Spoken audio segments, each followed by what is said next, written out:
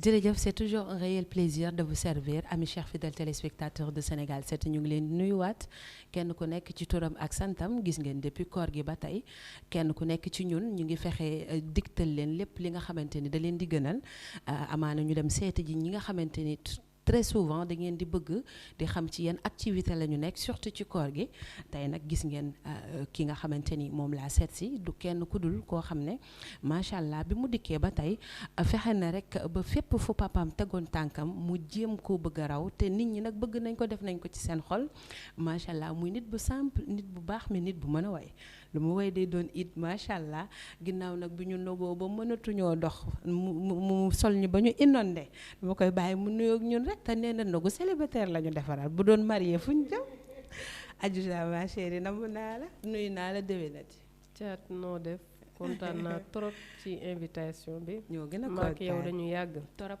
di nuyu internautes yi leen di seetaan yëpp di nuyu waa Sénégal 7 maa ngi nuyu ñëpp ñu fay liggéeyee di nuyu bu baax ñu ñuy seetaan di profiter de l'occasion pour baalu sénégalais yëpp ak maa ngi jéggalu bu baax di ñaan yàlla nangul ñu suñu koor yàlla baal ñu suñu bàkkaar amiin yàlla saxal jàmm Sénégal ñu yàgg koo fekkee amiin maa ngi nuyu fans Adiouza yi fépp fu ñu mënti nekk ci àdduna macha allah di leen baalu àq bu baax a baax di wax rek ñëpp déwénati macha allah yow ñëpp baal nañ la ak yoreloo kenn ak maa fi toogal sénégalais yi en tout cas kontaan nañ bu baax tey ci ñëw bi dalal bi neex nañu lekk nañ ba suur macha allah waxtaan bi liñ naan lekk balaa neex ki la koy jox kanamam gën a rafet wala am nu mu la ko joxee ñun dañuy lekk nga ñuy neexal xam nga loolu tamit dafa neex daal Adji Mamadou donc kontaan nañ bu baax di la dalal nag ci ndogu Chez je pense que c'est la première fois waaye du benn yoon la ñu njëkk a daje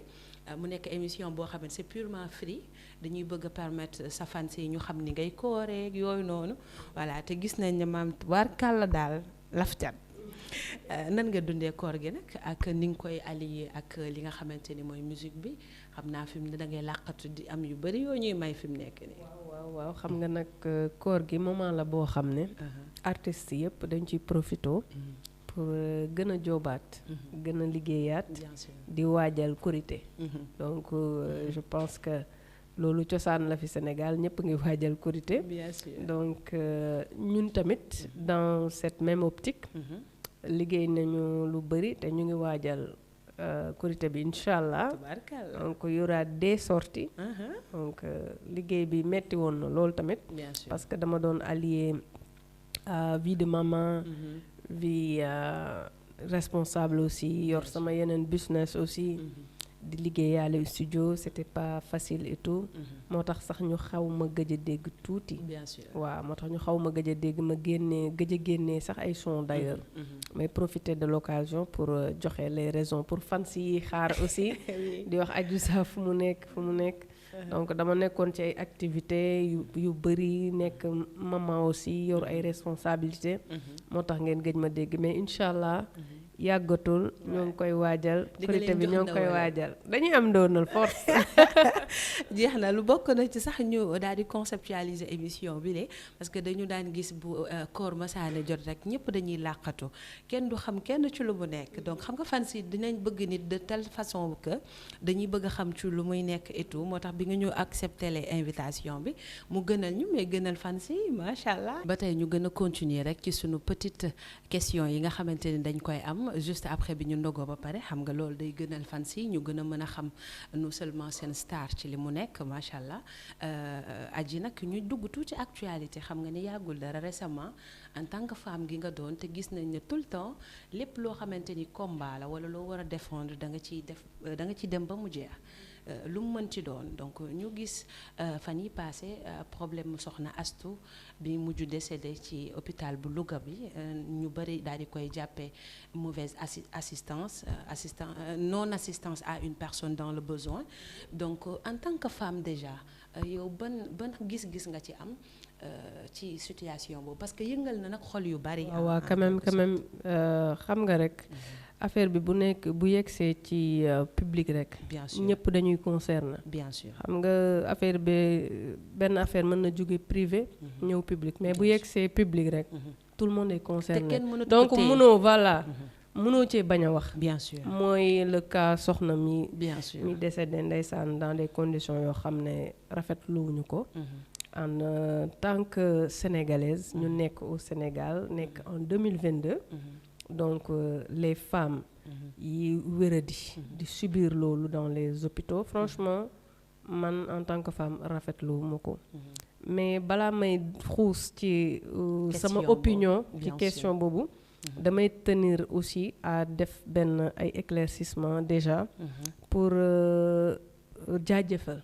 d'accord ñi nga xam ne ñoo nekk ci ñëpp ñu nekk ci santé. corps médical waaw corps médical bi ñoom ñëpp ñi ci nekk parce que quand même ay jàmbaar lañu te seen condition de travail aussi il faut l'admettre demeewul noonu. dañ ko war a revoir manqué nañu ay matériel yu bëri ci seeni conditions de travail donc des na lu bëri. je pense que l'État war na bàyyi xel bu baax côté santé gars yi am matériel tout ce qu'il faut.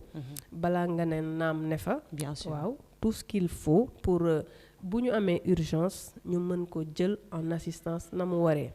mais bu ñu jugee ci loolu tamit dafa nekk à la place publique le comportement de certaines de certains laay wax ak certaines sages-femmes ak médecins infirmiers yi nekk dans le corps médical parce que ñëpp mënuñu waxandoo les mêmes choses bien sûr boo duggee ci net bi tu vas voir nit ñi dañuy joxe seen avis bien sûr da ngay gis ay histoire yu doy waar sax doy na waar yu doy waar franchement ay ni ñu taxawee woon di leen gërëm ci jamonoy Covid bi man mii moo tax ma leen di rendre hommage ba tey war nañu gën a góorgóorluwaat parce que des na daal manque de professionnalisme surtout au Sénégal man laay gën a wax manque de professionnalisme bi ci dëkk bi dafa bëri par exemple man boo ñëwee yow par exemple dem pharmacie nga war a jënd par exemple disons préservatif pourquoi le pharmacien bi la war a jaay di la dévisager wala muy lay bu la conseiller wala mu lay xalaate moom na def liggéeyam xam nga loolu laay wax professionnalisme bien sûr xam nga ñun ñi nga xam ne am nañu chance voyager tu peux faire la comparaison bien sûr dans les autres pays dans les pays occidentaux comment ça se passe et au Sénégal la sax da ngay gis koo xam ne femme mariée la te moom amul droit di présenter wu ñëpp naan leen femme mariée la non sa yoon ñu digal ko pilule ñu dem ñu koy xoolee d'une autre manière sa yoon nekku ci booy jaay nit ki sa yoon newul ci li mu jënd kenn interprète loolu la kenn juge loolu la yow boo ko mënul conseiller mi ngi mel ni nga war a jënd pilule du lendemain en tant que femme nga war a jënd pilule du lendemain da ngay gis voilà ça cogite les regards qui tuent qui fusillent on te fusille du regard li tubaab di wax dañ lay fusiller du regard bien sûr loolu daal ci man manque de professionnalisme la c'est pareil aussi à l'hôpital nga war a xool sa kii nu mu tuddati sa patient bien sûr nga war ko xool nekk ci téléphone bi nekk ci yeneen nekk di débat bi puéril yoo xam ne amul sens loolu tamit mooy manque de professionnalisme bi may wax loolu foog ñu jóg ci te xoolal nekkul rek corps médical la ci domaine yépp la africain dafa bëgg jël tout ce qui est digital nekk ci à fond ba duñu tal seen liggéey yu ñu war a def effectivement man par exemple man je prends mon exemple man nii mën naa teg sama portable nekk ci nii mais une fois que ma dugg studio mode avion laa jëm bëgguma keneen ku may perturber émotionnellement di ma woo di ma jot wala di ma wax ay wax yoo xam ne du ma concentré voilà daf may déstabiliser donc je pense que manque de professionnalisme boobu dañ ci war a liggéey lu bëri ñun africain dañ ci war a job lu bëri bu nit ñëwee urgence lii nga war a njëkk def mooy comment sauver la personne balaa ngay xool quoi que ce soit comment sauver la personne man je pense boo demee urgence ak foo mënti dem hôpital boo mënti dem comment sauver boo amee conscience professionnelle bien sûr comment sauver la personne moo war a doon sa xalaat nan lay def ba kii feebar bu mu tane effectivement patient bi ñu may indi bi loolu amee ñu bëri réagir nañ mais koo xamante ni mësuñu ko foogee koo xamante ni gabareem ak tout le temps nekk femme d'affaires ak nit koo xamante ni peut-être ay émotions da koy nëbb tout le temps ba bi mu ko waxee dafa jur benn éclat bu mag muy Bijou Ngoné voilà bi mu waxee li nga xamante ni dal na ko ñu koy mastawu ndax boobu ba tey amuñu occasion bi muy wax aussi ni ñu ko doon maltraité en tant que koo xamante ni jigéen nga mais aussi ngeen bokk li ngeen di def muy showbiz nan nga ko njëkk a yëgee ba ngay déglu muy témoigner. man nag j'ai été surprise comme man j'ai pas eu la chance bi ma nekkee woon en état ma accouché Sénégal mais dama leen di defal comparaison rek. dama déggoon benn gel mu naan booy dem di wasini Europe ak yooyu boo demee en Occident bokk. boo naree wasin da ngay mel ni yow prince nga nar a indi wala roi. tellement on te traite bien. dara du la manqué. tu es hyper bien traité da ngay yaakaar ne yow sax. xanaa tey roi laa war a douleur bi sax mën na doo ko yëgati tout le monde est présent. da ngay def sa test yëpp ni mu war a defee. anesthésiste beeg tout le monde est là. ki la war a accoucher. équipe bi day mët au complet ñëpp nekk fi ba pare am nga droit. am kenn ku ñëw ci biir. ndeysaan sa jëkkër bu fa nekkul. sa yaay wala sa mel ni Sénégal sax commencé nañ loolu dañ ko fi war a imposer dafa war a doon règle sax au Sénégal. mënoo bàyyi jigéenu biir moom donc. bàyyi ko ak ay sage-femme kenn ñëwul soutenir ko. xam nga méttit dafa graaw. doo fi nekk. méttit léeg-léeg day def de telle sorte que yow doo fi sax nekk. mën na la traumatiser da lay traumatiser doo fi nekk. donc tu vois boo demee dans ces pays là. tu es dans d'excellentes conditions donc bu ma déggee gars yi di wax Sénégal lii la man sama j'étais choquée parce que mosuma imaginer c'est ce qui se passe vraiment dans les hôpitaux sénégalais mosuma ko xalaat sama àdduna mais vraiment ça fait froid au dos ça fait froid vraiment man dafa ma touché li Bijou wax dafa ma touché te du moom dong moo ko wax il y a beaucoup de commentaires yoo xam ne les gens disent les femmes disent qu'elles ont vécu ça te au Sénégal fi ñu toll ni en 2022 nous n'avons plus ce droit. effectivement muy lu am solo waaye nag combat boobu bu ñuy jàppee ne ñii ñoo tooñ wala négligence bi ñuy wax ne sage-femme def nañ ko ñu bëri jàppee nañ ne du noonu parce que tax na sax tey ñi nga xamante ni ñoom ñooy pharmaciens yi ak ñi nga xamante ni ñoom ñooy yëngu ci wàllu médecine sage-femme def grève donc xam nga ñoom tamit bu ñu defee grève maara day taali dina gën a metti tey boo amoon message boo xamante ni da nga koy joxe et pourquoi ce grève là yow bokk nga ci ñi nga xamante ni tey da ngay appuyer je pense que sax réponse la boo xam mën naa ko tontu sama bopp non doo appuyer mais ban voilà doo appuyer parce que di nga gis ku nekk dans le besoin te du gis kon ko mën a taxaw mais ban gis nga gis ci grève boobu nga xam ne pharmaciens yi def nañ ko ak sage-femme yi. ci man sauver des vies ñoom dañoo am métier bu noble. benn métier gënul noble sauver des vies.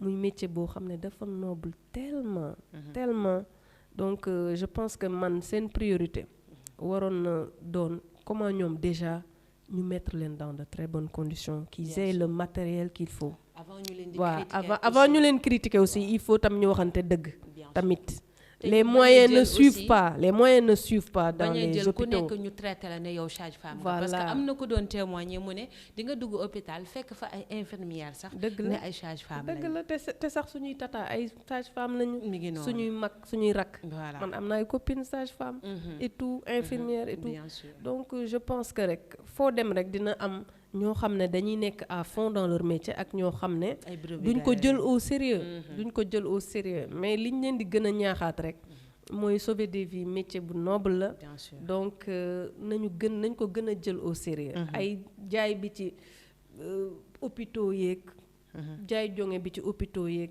téléphone yeeg yooyu yëpp nañ ko éviter quoi nañ koy éviter moment de service nga liggéey carrément boo amee pause nag nga jël sa téléphone def ci lu la neex man loolu laa d'accord man loolu laa gis sax dans les autres pays man sama sœur yi bu ñuy liggéey nii de 8h à midi doo leen jot heure de pause nga leen di jot da ngay def tout doo leen jot xam nañ ne voilà quand tu travailles non tu n'as pas le droit nekk ci WhatsApp bi di xool lu xew tey lan mooy événement lan mooy kaa bi voilà. luy kaa bi TikTok ak Ouais. yooyu non mënoo ko booleeg liggéey Non. bopp mënul jàpp ñaar bopp mënul jàpp ñaar En da ngay toute concentré wu ci benn sincèrement. nga liggéey li ngay liggéey boo Bien mee sûr. pause nga jël sa portable man Macha loolu Allah. laa gëm te man noonu laay def muy lu am solo message la bu mënul woon ñàkk bàyyeekoo ci Adiouza en tant que femme li tax sax ñu interpellé ko ci yi situation actualité yi c'est parce que tout le temps day taxawu jigéen ñi day def ay combats yoo xam ne juste pour sensibiliser les personnes la te loolu it dafa nekk lu am solo mais du ñu jógee ci jigéen ñi ba tey de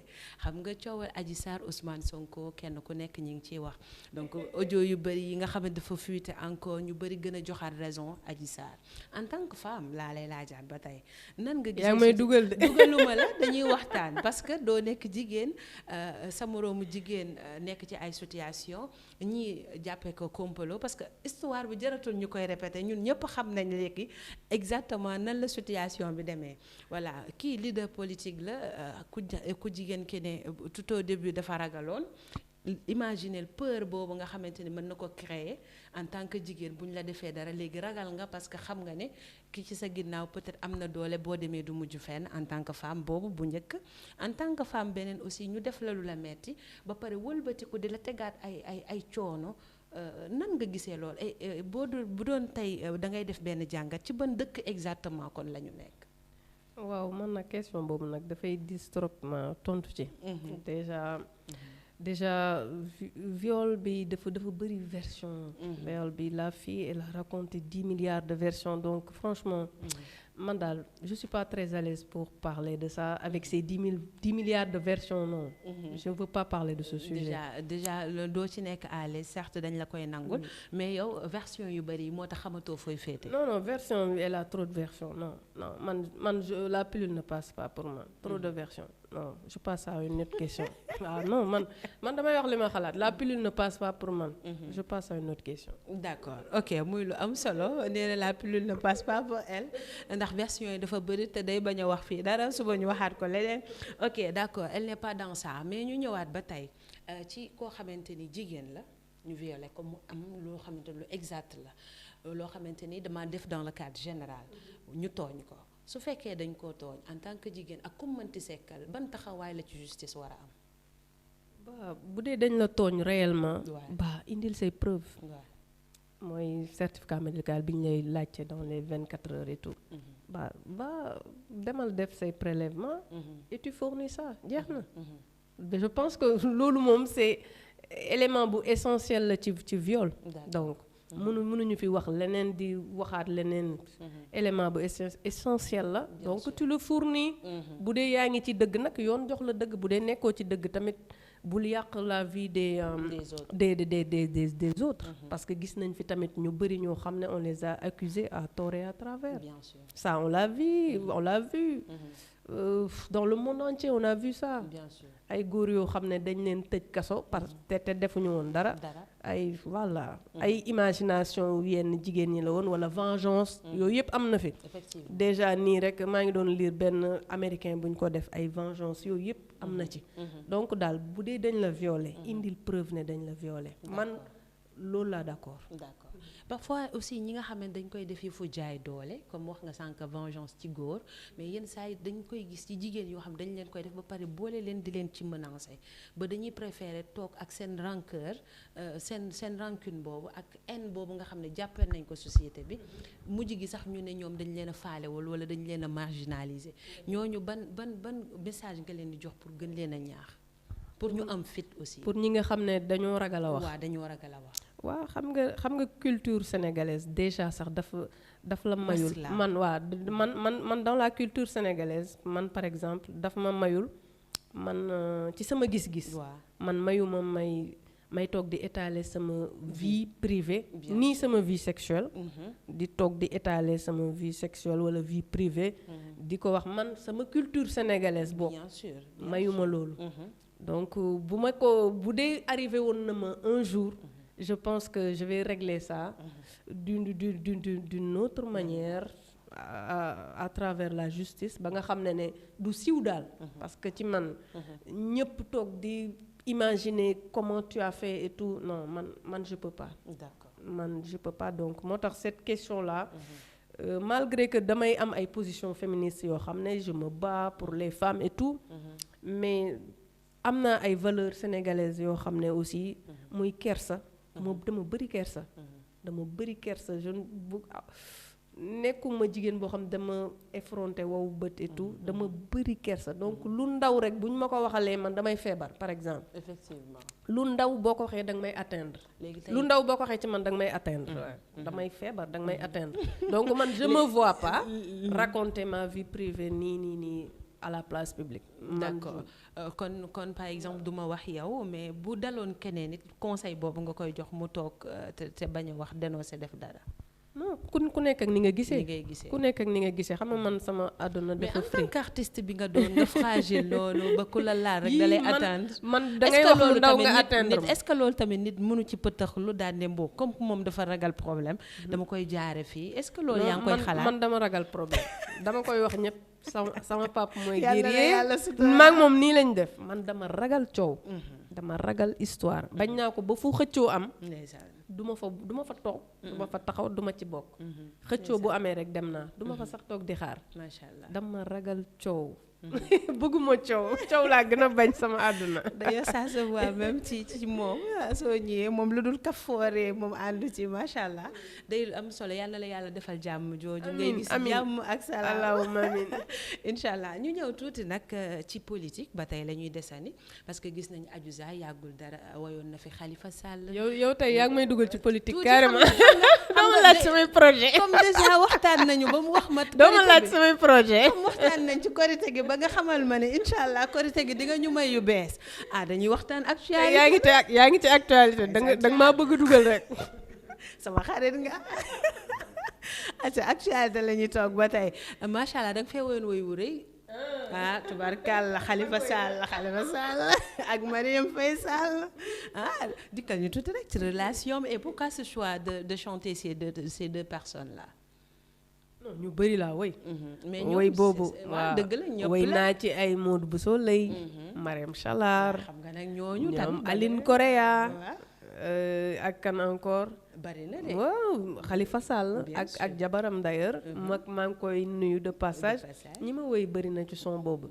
donc du Marième Faye Sall rek laa woy première dame. ak le maire Khalifa Sall.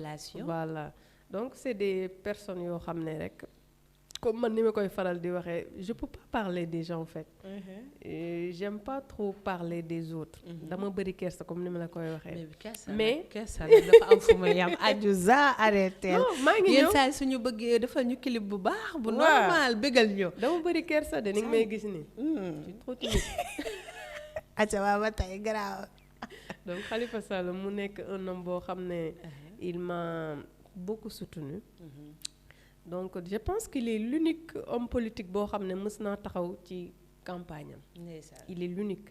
Sinon en général du ma bëgg di allier sama musique ci politique du ma bëgg boole musique ak politique en général.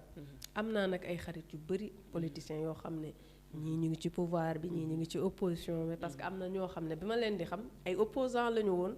mais léegi ñu ngi ci pouvoir bi. am ñoo xam bi ma leen di xam ñu ngi woon ci pouvoir bi léegi ay opposants lañu gis nga àdduna moo demee noonu. donc je pense qu'il est l'unique boo xam ne mës naa taxaw mu campagne ma ñëw taxaw soutenir ko. kooku sa xarit sa nit la sama nit la daal sama nit la parce que dafa jàpp ci tamit sama carrière. donc maa ngi profiter de l'occasion di ko nuyu. donc madame Gaël Marième Faye Sall notre première dame man maa fi waxoon. namoon nañu ay cuuraay gongo biir palais. waaw yaa waxoon wax ju rëy jooju. boobu da ngaa bëggoon changement. non c'est une Sénégalaise. macha allah et franchement c'est une vraie Sénégalaise. et sur le plan social. quand même laissé na empreinte am comme première dame. voilà ci Sénégal. dafa mën ay nitam. waaw dafa mën ay nitam daal. donc xam nga nit ki tamit bu defee lu rafet. da nga ko koy wax. macha allah bu defee lu rafetul man nag du ma critiquer nit. man boo defee lu ma neexul damay neutre je ne parle pas. mais toog ñu jox ma micro may juger du ma juger kenn. mais damay neutre. mais ku def lu rafet da nga koy wax.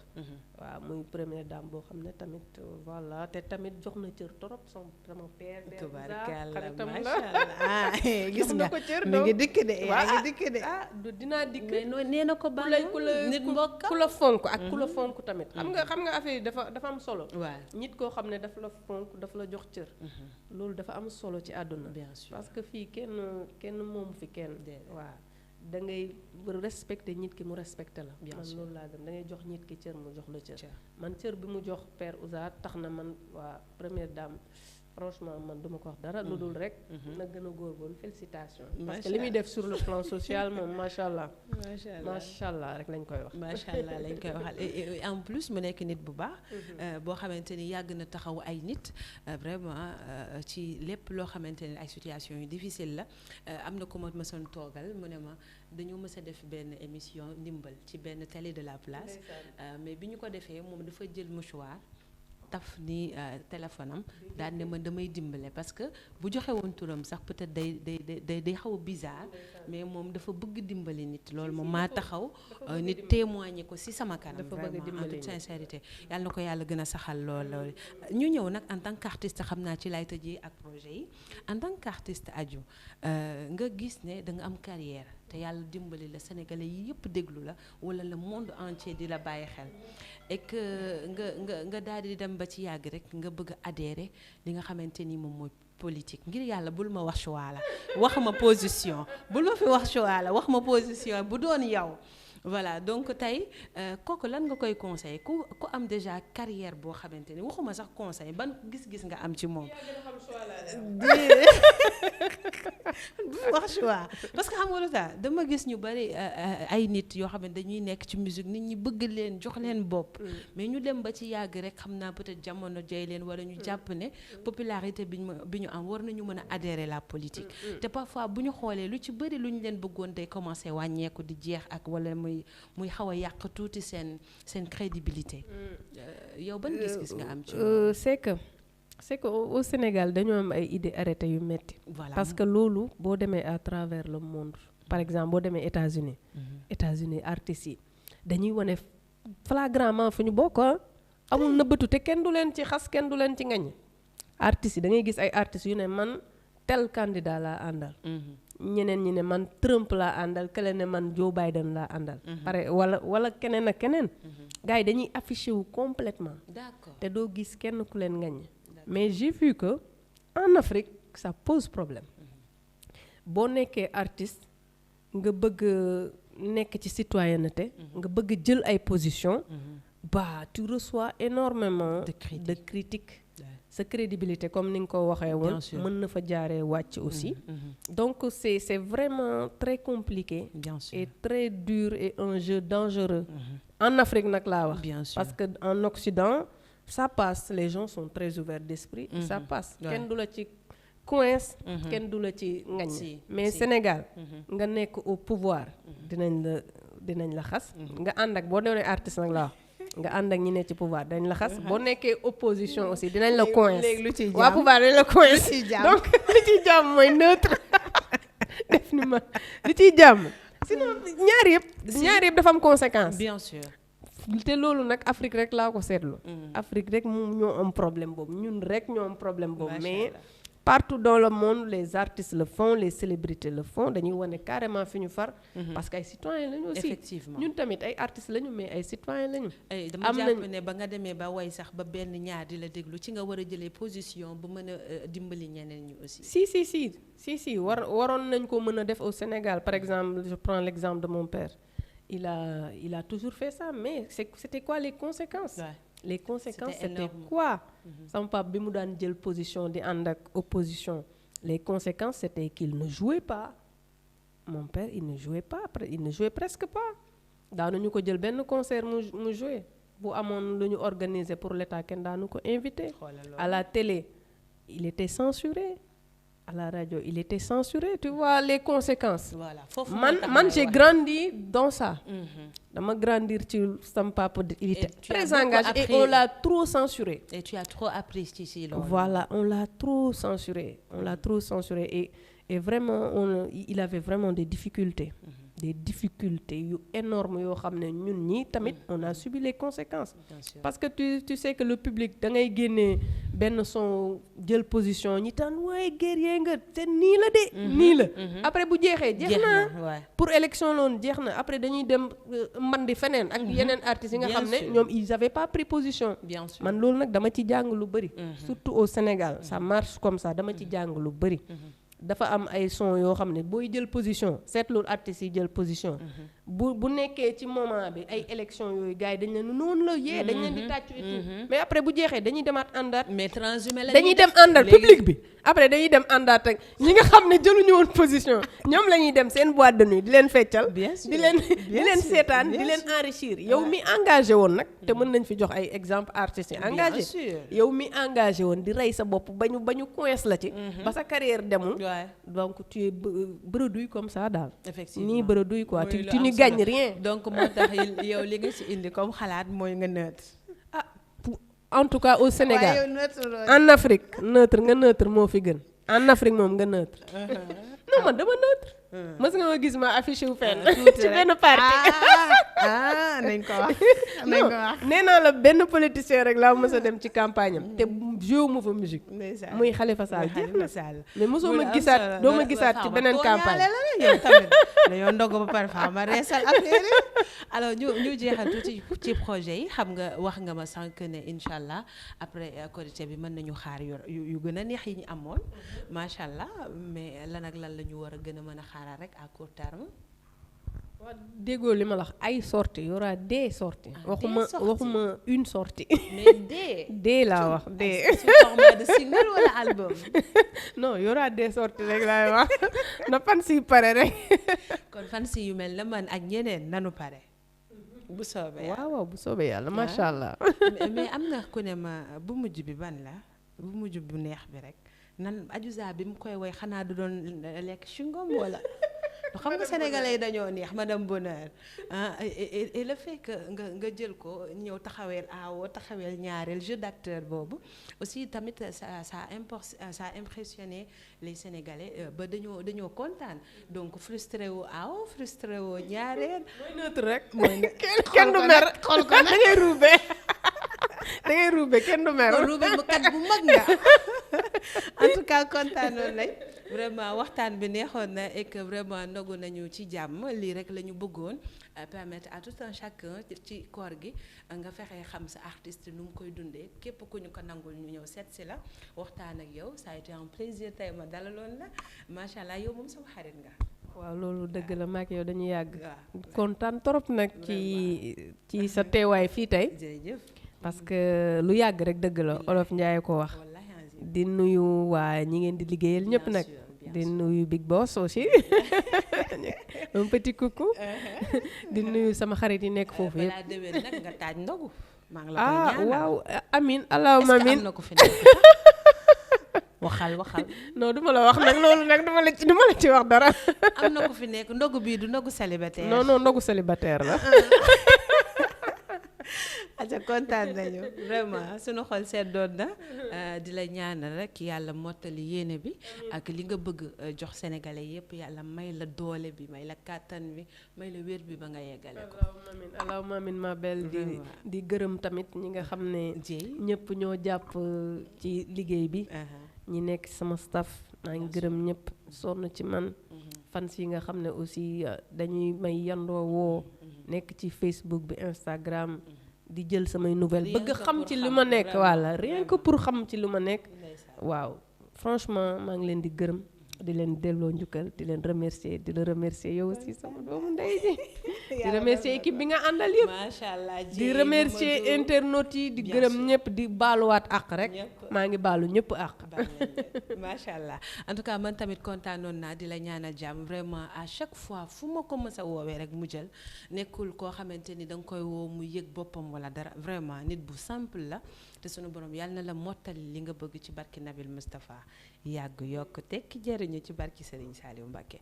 alors man may remercier bu baax nag Dieye sama doom sama rakk sama xarit Mamadou ak ñëpp ñi nga xamante ni ñoom la ñu àndaloon ci li nga xamante ni moom mooy émission bi le junior aussi maa ngi koy remercier bu baax di ko kontaane Mansour yàlla na ko sunu borom defal tawfeex ak toute l'équipe de Sénégal 7. allez merci beaucoup c'était votre émission Ndogu Chez ma seet si woon Adiouza. D'ici là portez-vous bien et passez une excellente fin de soirée.